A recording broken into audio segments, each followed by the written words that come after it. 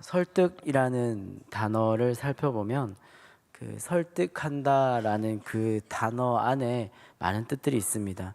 우리는 이 설득한다라는 이 단어를 가지고 사람들에게 다가갈 때가 종종 있습니다. 이 누군가를 설득한다라고 한다는 것은 어떠한 확실한 증거나 혹은 확실한 기반으로 설명을 하면서 이 설득을 통하여서 그 사람이 내가 원하는 방향으로 생각이나 행동과 말을 바꾸게 하는 것을 말하는 것입니다. 예를 들어 오늘 약속이 있는데 저녁 약속입니다. 삼겹살이 먹고 싶은데 상대방은 파스타를 먹고 싶다고 한다면 우리는 적절한 근거를 들어서 삼겹살을 먹으러 고깃집으로 가는 것이 우리의 설득의 목적이 되는 것입니다. 그리고 이러한 설득에 충분한 근거를 두어서 돼지고기의 효능에 그리고 가격과 적절성에 맛을 피력하는 것이 설득입니다. 이를 성공하면 죄송합니다. 성공하면 고깃집에 가는 것인데 실패하면 파스타를 먹거나 혹은 이제 제3의 메뉴를 먹으러 갈 수도 있습니다. 오늘 우리의 제목은 예수님을 전하다입니다. 예수님을 전하다인데 그러면은 복음 전파, 우리가 잘 알고 있는 이 복음 전파를 설득으로 볼 것인가 라고 생각할 수 있습니다. 설득으로 볼 것인가에 대한 고민을 한다면 결과론적으로 말씀드리면 복음 전파는 설득이 아닙니다. 설득은 앞서 말씀드린 객관적인 근거나 또한 설득하고자 하는 사람의 능력에 따라서 결과가 달라집니다. 하지만 복음 전파는 사람의 힘으로나 능력으로 결정할 수 있는 것이 아닙니다. 그리고 여러 가지 근거로서 그 사람의 마음을 변화시킬 수도 있는 것이 아닙니다. 우리는 전할 뿐이고 그 사람이 믿는 것은 하나님께 달려있기 때문에 우리는 그 결과를 기도하면서 바라보기만 할 뿐입니다. 이에 비추어 볼 때 복음 전파를 설득으로 볼 것인가에 대한 것은 복음 전파를 설득보다는 선언으로 바라볼 수 있는 것입니다. 오늘 바울은 본문 말씀에 복음 전파를 설득이 아닌 선언함으로 맞춰지고 있는 것입니다. 본문에 이렇게 말합니다. 31절 말씀에 이르되 주 예수를 믿으라 그리하면 너와 내 집이 구원을 받으리라 라고 선언합니다. 지금 바울은 간수에게 선언하고 있습니다. 설득의 기술을 사용한 것이 아닙니다. 이러한 선언을 통하여서 하나님께서는 복음을 전해지게 되고 그리고 이 선언을 통하여서 하나님께서는 하나님의 그 사람들을 다시 불러 모으십니다. 그런데 왜 저는 설교 서두에 설득에 대해서 말씀드렸을까요? 복음 전파의 결정은 하나님께서 하시는 것입니다. 우리가 복음 전파의 결정을 좌우지할 수 없습니다. 그러나 우리의 설득이 사용되기 때문에 그렇습니다. 설득이 복음 전파에 어떻게 사용될까요? 말씀 안에서 한번 살펴보겠습니다. 바울은 복음 전파의 방법을 여러 가지 기술을 통하여서 하였는데 그 중에 설득의 기술을 사용하기도 하였습니다. 가장 먼저는 바울이 자신이 어떻게 복음을 듣게 되었고 그리고 이 복음을 이제 전할 준비가 되었다 함을 가지고 많은 사람들 앞에서 설득하는 장면이 있습니다. 사도행전 9장 26절과 27절에 제자들을 처음 만난 제자들은 바울을 신임하지 못하였습니다. 바울은 왜 그러냐면 그 전에 스데반을 죽을 때도 옆에 있었고 그리고 계속해서 바울은 예수 믿는 자를 잡아서 끌어다가 죽이는 사람으로 당연히 알고 있었기 때문입니다. 제자들은 바울을 믿지 못하였습니다. 그러나 바울의 말과 그리고 바나바의 설득으로 제자들과 결국에 함께 있었고 예루살렘에 출입할 수 있게 된 것입니다. 그리고 바울은 루스드라에서 계속 복음을 전할 때 이렇게 합니다. 사람들이 자신과 바나바를 신으로 여깁니다. 그걸 신으로 여겨서 어떤 사람들이 제사하기로 마음을 먹었다고 이야기를 듣습니다.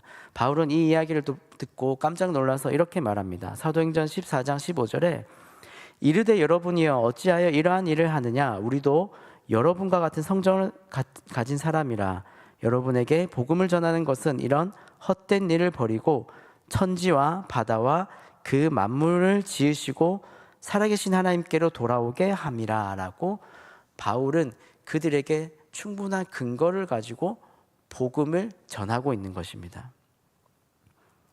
바울은 자신도 사람임을 피력합니다. 사람인 자신을 믿지 말라라고 하며 그들을 설득한 이후에 그리고 바울은 선언합니다. 세상을 창조하신 하나님을 믿으라라고 설득하며 그 속에 납득할 만한 이야기로 설명을 하고 있는 것입니다.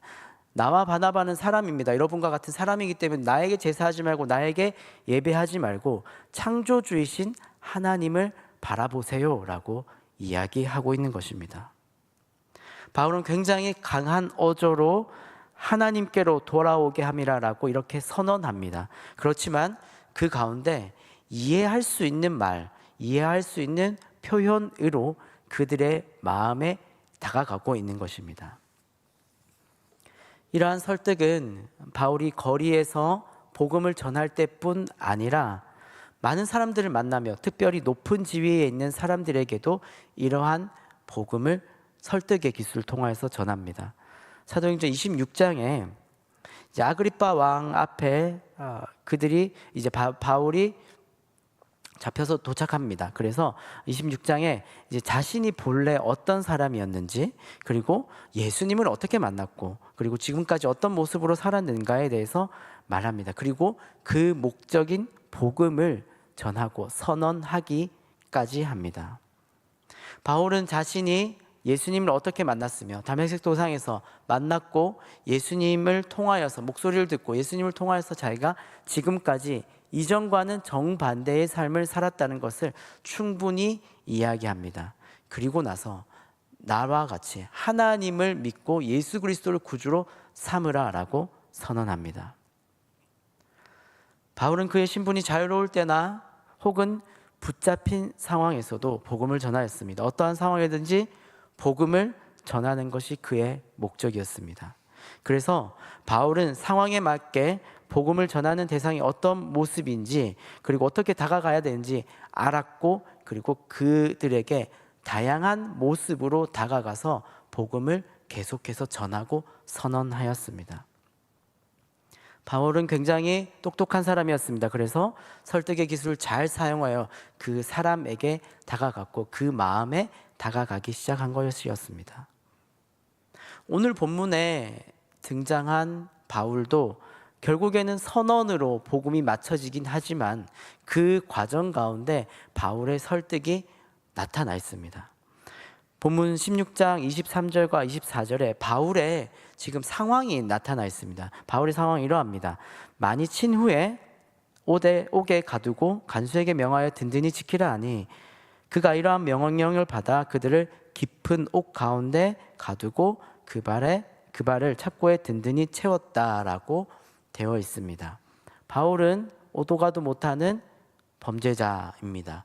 이제는 바울이 풀려날 것을 기대하는 사람이고 지금의 상황은 지금 당장의 상황은 아무 소망이 없는 바울의 상황입니다. 그러나 바울은 많이 맞았지만 착고에 묵혀 있었지만 어둡고 차갑고 옥중에 있었지만 바울은 자신이 할 일들을 하였습니다. 바로 기도하고 찬양하는 것이었습니다. 바울은 이 일을 통하여서 하나님께서 바울을 추록할 수 있게 하나님께서 그들의 상황을 변화시켜 주셨습니다. 기도하고 찬양하는 것, 이상한 상황이지만 정말 소망이라고는 하나 없는 그런 상황이지만 기도하고 찬양함으로써 그들의 삶이 바뀌고 그들의 모습이 전혀 정반대가 되는 것을 그들 자신의 눈과 그리고 간수들의 눈으로 보게 한 것입니다. 이러한 바울이 추록한 사건은 바울과 실라에게는 생명으로 나가는 길이었습니다. 그러나 이 모습을 보고 있는 간수에게는 더 이상 소망이 없는, 다시 바울과 같이 죽음으로 향하는, 죄수를 잃어버린 간수의 모습으로 다가간 것입니다. 그래서 간수가 절망에 빠져버리게 된 것입니다. 바울은 이러한 상황을 보고, 간수의 죽음 앞에 있는 그 간수를 보고 영원한 생명으로 나갈 수 있는 방법을 제시합니다. 본문 31절입니다. 우리 함께 한번 읽어보도록 하겠습니다. 시작. 이르되 주 예수를 믿으라. 그리하면 너와 내 집이 구원을 받으리라 하고. 아멘. 바울은 선언을 통하여서 그 간수와 집에 있는 모든 사람과 또한 그 후에 모든 집안에 있는 집안의 하나님을 믿음으로 크게 기뻐할 수 있게 하였습니다. 바울의 복음 전함, 복음을 선언함으로 인하여서 그 간수의 모든 사람들이 살아나게 된 것입니다. 지금 여기서 보면 바울은 어떠한 말을 하지 않았습니다. 그렇지만 바울의 행동과 실라의 행동을 통하여서 그 설득이 된 것이죠. 그들의 행동은, 설득의 행동은 찬양과 기도였습니다. 그들의 삶으로 인하여서 복음을 가지고 있는 자는 이렇게 살아간다라고 설득을 한 것이죠. 찬양하는 모습과 기도하는 모습을 간수들과 주변 사람들이 보았을 때 의아했을 것입니다. 그렇지만 바울과 실라는 원래 하던 대로 찬양하였습니다. 또한 기도하였고 그곳으로 인하여 기적을 보게 되었습니다. 이 기적을 눈으로 보고 확인한 간수는 복음이 선포될 때 당연히 믿을 수밖에 없었습니다. 하나님께서는 바울과 실라의 그들의 삶을 통하여서 선언하게 하시고, 또한 그 삶을 통하여서 설득을 하게 하시고, 그 삶을 통하여서 하나님이 계심을 나타내어 보여준 것입니다. 한 번 더 말씀드리겠습니다. 복음의 결과는 우리에게 달려있지 않습니다. 복음의 결과, 즉 전도의 결과는 하나님께 있으며 하나님께서 결정하십니다. 그렇지만 오늘 저는 복음을 전하며 그들에게 설득의 모습으로 다가가서 내가 만난 하나님을 이야기하고, 그들에게 내가 만난 하나님의 복음 이야기를 더욱 잘 전하여 그들이 복음을 잘 받아들일 수 있게, 그리고 더욱 가까이 갈 수 있게 우리를 사용하시는 우리의 방법들을 소개하고 있는 것입니다. 관계전도라는 말이 있습니다. 이미 나와 어떤 모습으로든 관계가 되어 있는 사람에게 전하는 것입니다. 이러한 설득의 방법은 이런 사람들과 조금 더 효과가 있습니다. 바울은 친구를 만나든 간수로 만나든 자신에게 벌을 주는 사람으로 만나든 상관없이 판단자 앞에서도 자신이 대화만 할 수 있다면 자신이 가지고 있는 모든 기술들을 사용하여서 그 사람에게 복음을 전하였습니다. 이미 관계가 되어 있음은 바울의 설득의 기술을 발휘하여서 복음을 더욱 잘 전할 수 있게 되는 것입니다. 우리에게 이러한 설득의 기술이 있을까요? 우리에게는 그러면 바울과 같은 모습이 있을까요? 이렇게 생각할 수 있습니다. 바울은 엘리트였고 공부도 잘하고 히브리인 중에 히브리인이었고 로마 시민권자였습니다. 우리는 그와 반대로 볼 것 없는 그런 일반인일 뿐입니다 라고 생각할 수 있습니다. 그러나 우리에게도 이러한 설득을 통하여서 복음을 전할 수 있는 방법들이 무궁무진합니다. 왜 그럴까요? 우리에게도 바울이 다메섹 도상에서 만난 그 예수님을 만난 것처럼 우리에게도 예수님을 만난 그 역사하심이 있기 때문입니다. 예수님을 만난 이후로 바울이 달라졌듯이 우리도 예수님을 만난 이후에 달라졌기 때문입니다. 더욱 나아가서는 확실한 복음이 우리 가운데 있습니다. 바울이 선언하였던 것처럼 예수님을 믿으세요. 그러면 구원을 받을 것입니다 라고 우리도 그렇게 선언할 수 있는 것입니다. 나와 관계가 된 사람에게 교회 다니기 전에는 나는 이런 사람이었습니다.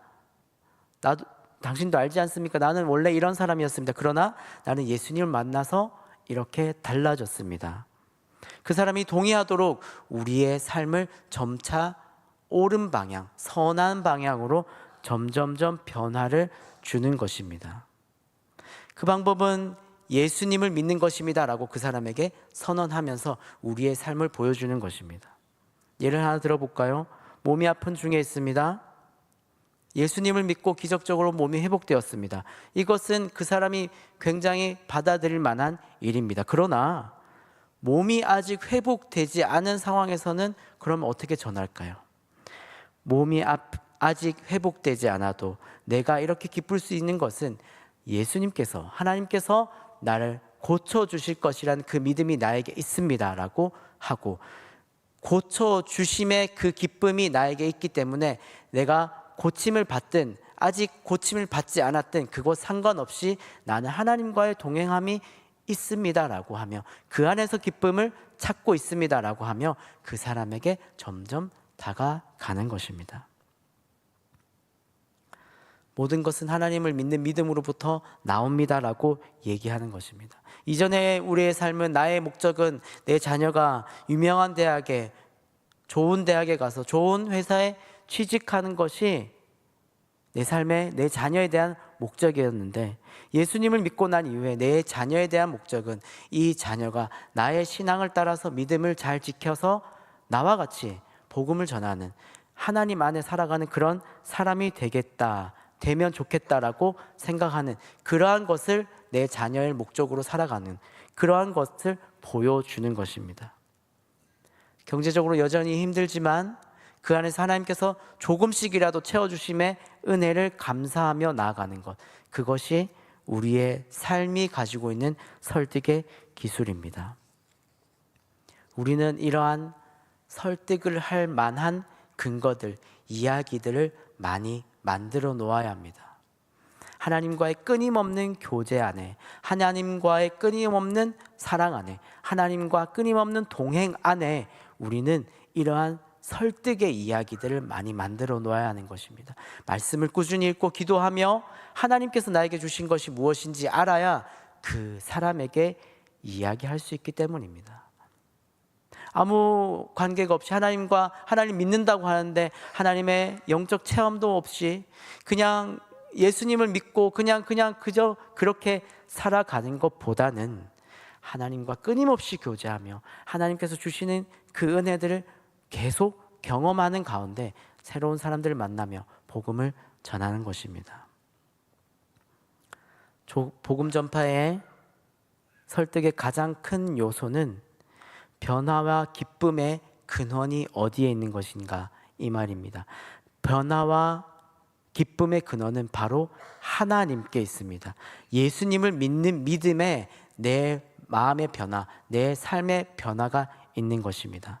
하나님께서 나의 삶을 변화시켜 주시고, 이전의 나의 삶을 되돌아보고 이전의 나의 삶을 다시 바라보았을 때 그렇게 살지 않고 지금 이렇게 살아가는 것은 하나님을 믿고 예수님을 믿었기 때문입니다 라고 이야기하는 것입니다. 나와 같은 사람이 되고 싶은가요? 저와 같이 변화되고 싶으신가요? 예수님을 믿으시면 됩니다 라고 선언하는 것입니다. 한국대학생 선교회 CCC에서는 전도를 이렇게 말합니다. 전도는 그리스도인의 삶에서 가장 역동적이며 의미 있는 영적 체험이다 라고 순장 교육이라고 하는 그러한 리더십 교육을 할 때 전도에 대해서 이렇게 정의하며 교육합니다. 다른 한편으로는 영적 체험이라는 표현 대신에 성령의 충만함의 그 증거들을 나타내는 것이라고 이야기합니다. 그러면서 전도에 대한 그림 한 가지를 보여주며 익히게 합니다. 한번 그림 한번 보실까요? 성공적인 전도란 무엇인가 라고 하며 이렇게 합니다. 먼저 1번부터 한번 보면 그리스도인을 확신하고 고백하지 않는 죄가 없게 깨끗하게 하고 성령 충만하고 그리고 잘 준비되고 기도하고 나가서 예수님을 전합니다. 그리고 마지막에 제가 말씀드린 것 같이 마지막에 결과를 기대하는 것입니다. 하나님께서 그 사람의 마음을 바꿔주시고 변화시켜 주셔서 그 사람도 예수님을 믿을 수 있게 변화시켜 달라고 하는 것을 성공적인 전도라고 합니다. 결국에는 우리의 삶의 모든 것을 잘 준비되고 잘하지만 결국에는 하나님께서 모든 것을 하시는 것을 우리는 기대하고 나아가는 것입니다. 방금 그림을 보면은 우리의 삶 가운데 잘 준비되고 있는 성공적인 전도를 하고 계시는지 모르겠습니다. 그렇지만 우리의 삶에서 가장 중요한 것은 복음을 열심히 전하고, 하나님, 이 사람이 예수님을 안 믿으면 어떡할까요? 안 믿으면 어떡할까? 이 사람이 예수님 안 믿어서 이 사람이 안타까운 마음은 있을 수 있지만 만약에 그 사람이 이번에 행복축제에 초대되지 않아도 하나님께서 하시지 않은 것이기 때문에 우리는 거기에서 또 감사하며 다음의 기회, 다음 주의 기회, 그 다음 주의 기회를 또 바라보는 것입니다. 계속해서 우리는 전할 뿐이고 하나님께서 언젠가 돌려주실 것을, 마음을 변화시켜 주실 것을 우리는 기대하며 나아가는 것입니다. 말씀을 맺도록 하겠습니다. 설득은 사람의 기술입니다. 설득은 결과가 될 수 없습니다. 그렇지만 복음을 선언한 이후에 하나님께서 바꿔주시는 것이, 그것이 진짜 결과입니다. 우리는 나아가서 전할 뿐입니다. 열심히 나아가서 전하고, 열심히 나아가서 나의 삶을 보여주고, 열심히 나아가서 복음을 전하고, 거기까지 우리는 하나님께서 하라고 하셨기 때문에 열심히 하는 것입니다. 그 이후에는 우리 하나님께서 보내주실 영혼을 기대하면서 기다리는 것입니다. 잘 준비되어 기다려서 보내주실 때 그들을 맞이하고 그들이 우리와 같이 이 교회에서 잘 성장할 수 있도록 우리가 또 새롭게 준비하는 것이 우리의 임무인 것입니다. 사랑하는 성도 여러분, 우리 삶에 보여주신 하나님의 능력과 사랑의 증거를 우리는 잘 전해야 됩니다. 그리고 전한 이후에 그들의 영혼을 위해서 우리는 하나님께 기도해야 됩니다. 그리고 나서 하나님께서 보내주신 영혼들을 또 잘 맞이하고 잘 섬기며 그들도 우리와 같이 복음을 전하는 사람이 되도록 우리 교회 안에서 잘 가꾸어야 할 것입니다. 복음을 전하며 언제나 하나님께서 주시는 그 사랑을 전하며, 그래서 하나님께서 새로 보내주실 그 영혼들을 기대하는 우리 모든 성도님들 되시길 축복합니다.